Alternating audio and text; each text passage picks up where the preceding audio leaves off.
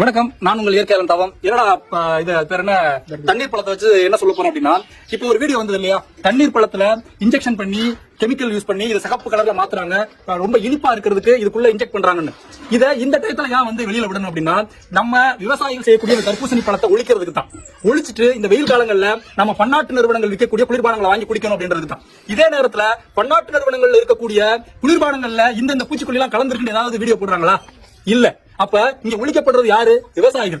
வாழ்றது யாரு? பன்னாட்டு நிறுவனங்களுடைய குளிர்பானங்கள். அதனால இந்த வெயில் காலம் ஆரம்பிச்ச உடனே இந்த பழத்துல அது இருக்கு, இந்த பழத்துல இது இருக்கு அப்படின்னு நம்மள்ட்ட பரப்பி இந்த வெயில் காலத்துல விவசாயிகள் உற்பத்தி பண்ணக்கூடிய தர்பூசணி மட்டும் கிடையாது, வெள்ளரிக்கால இருந்து எல்லா பழங்களுமே நம்ம சாப்பிடக்கூடாதுன்ற ஒரு கட்டமைப்பை இந்த உலகம் உருவாக்கிட்டு இருக்கு. அதை நம்ம உடைக்கணும். நீங்கெல்லாம், நான் சொல்றேன், இயற்கையாலனா தர்பூசணி வாங்கி சாப்பிடுங்க. கடை ஓரங்கள் இருக்கிறது. உங்களுக்கு ஒருவேளை பயமா இருக்கு அந்த வீடியோல பார்த்தோம் அப்படின்னா ஒரு சிம்பிள் ஸ்டெப் சொல்லி தரேன். இந்த மாதிரி வெள்ளை துணி எடுத்துக்கங்க, இதுல தேய்ங்க.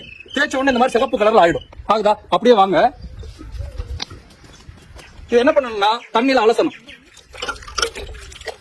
தண்ணியில அலசிட்டீங்கன்னா இது உண்மையான சிவப்பு அப்படின்னா